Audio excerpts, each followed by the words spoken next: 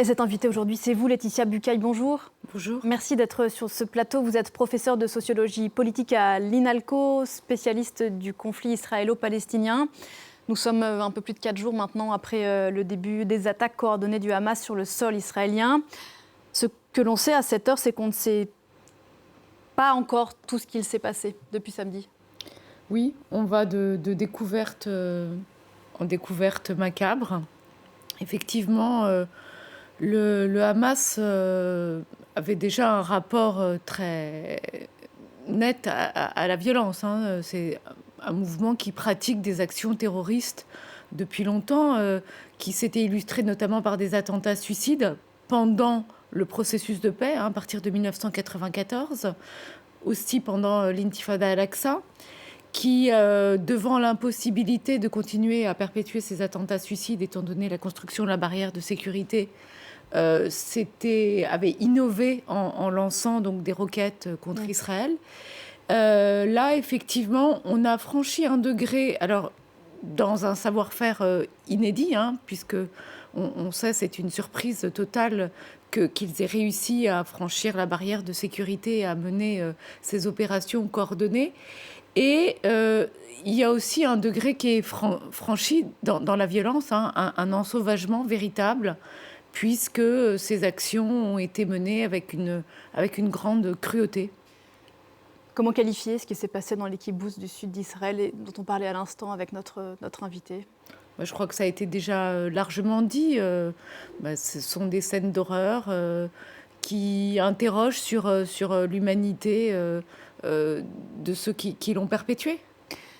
Est-ce que vous avez l'impression qu'il y a eu, vous évoquiez bien sûr, et c'est important de le rappeler, ce qu'est le Hamas depuis des années. Est-ce que vous avez eu l'impression qu'il y a eu comme un déni un peu collectif sur la colonne vertébrale de ce qu'est le Hamas, qui est depuis 15 ans à Gaza, et sur son intention destructrice à l'égard et des Juifs et d'Israël ? Alors, je crois qu'il y avait une illusion qui durait depuis plusieurs années, puisque Israël s'est accommodé du statu quo. C'est-à-dire que le Hamas et le Fatah étaient en désaccord profond après la victoire du Hamas aux élections législatives de 2006.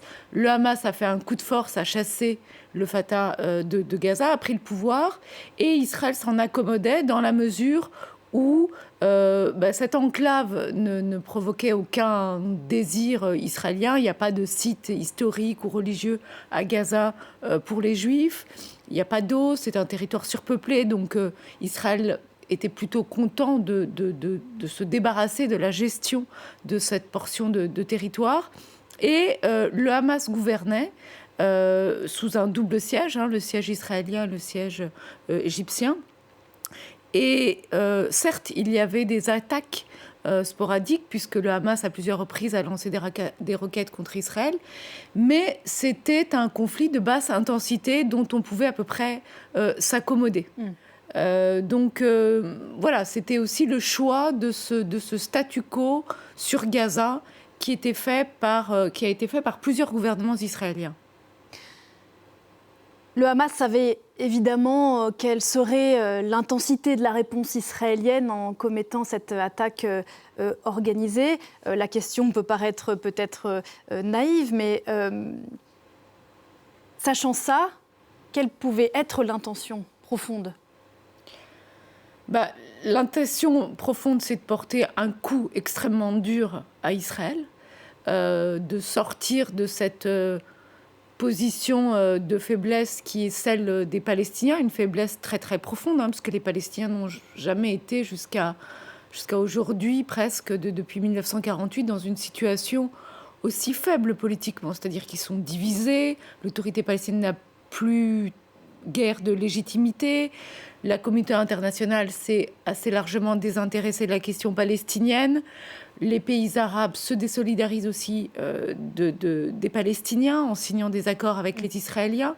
Donc l'idée, c'était de sortir de cet oubli, de cette indifférence. de marquer un grand coup, de faire souffrir Israël. C'est-à-dire que j'imagine que dans la tête de ceux qui ont planifié cette attaque, l'idée, c'est de faire souffrir très profondément les Israéliens, d'infliger une souffrance, puisque de leur point de vue, jusqu'ici, c'est eux surtout qui ont souffert cette volonté de vengeance, de porter un coup énorme et de d'inverser, au moins momentanément, le rapport de force. De faire souffrir, quel que soit le prix que devront payer les civils palestiniens, parce que ce qui va se jouer dans la bande de Gaza dans les jours, dans les semaines à venir, c'est de l'ordre de la tragédie. Le gouvernement israélien dit que l'incursion, s'il y a, sera pour détruire totalement le Hamas. On sait bien que les têtes pensantes du Hamas, en tout cas, ne sont pas là, ne sont pas à Gaza. Oui. Alors, il n'est pas dit qu'elles survivront à ces attaques, parce qu'on sait que Israël a toujours poursuivi pendant de longues années, quand il le fallait, ceux qui l'avaient attaqué. Où qu'il soit. Donc, où qu'il soit. Donc, il y a une probabilité assez forte pour qu'il n'échappe pas à la vengeance d'Israël. Mais effectivement, alors, bien sûr, le Hamas avait évidemment conscience du fait que les représailles israéliennes arriveraient, qu'elles seraient terribles. On peut dire que d'une certaine façon, c'était un suicide politique. C'est un suicide politique pour le Hamas. On ne sait pas trop ce qu'il en restera après la guerre qu'Israël va mener. Mais c'est un suicide politique aussi pour les Palestiniens. Comment on sait qu'on était très éloigné d'une solution politique ces derniers temps, mais comment imaginer une solution politique aujourd'hui? Et puis, bien sûr, l'image des Palestiniens en prend un coup. Bien sûr, tous les Palestiniens, loin de là, n'acquiescent absolument pas à ce qu'a fait le Hamas. Mais, y compris à Gaza. Y compris à Gaza. C'est très difficile de mesurer l'audience du Hamas à Gaza parce que, d'abord, on n'a pas accès à ce territoire, donc on ne peut pas parler aux gens. Il n'y a pas eu d'élection depuis 2006, donc c'est très difficile de mesurer l'opinion.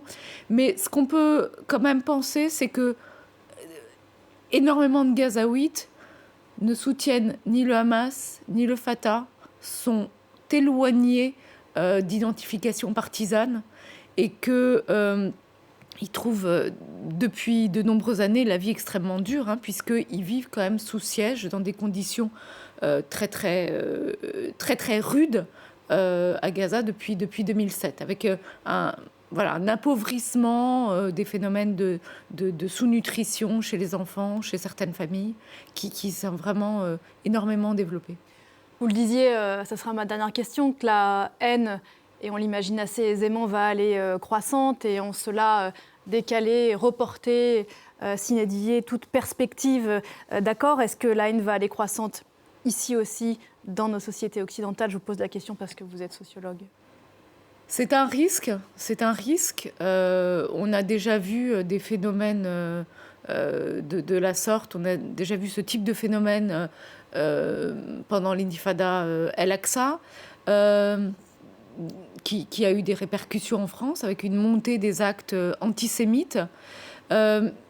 Il faut vraiment être extrêmement prudent, qu'on soit chercheur, qu'on soit journaliste, qu'on soit un intellectuel qui prend la parole, pour bien choisir ses mots, pour éviter les raccourcis, pour éviter les caricatures. Voilà, c'est pas parce qu'on est juif qu'on soutient forcément Israël et qu'on soutient forcément un gouvernement de droite, d'extrême droite.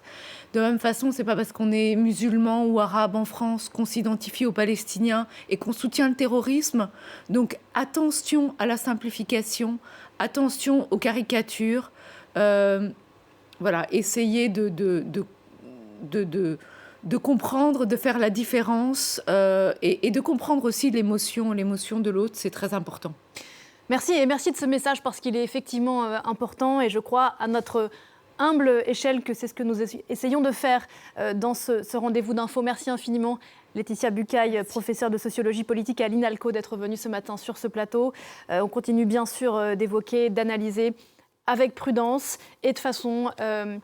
dans la mesure du possible, avec nuance, ce conflit avec Damien Coquet dans quelques instants dans le journal de 8h30. À tout de suite.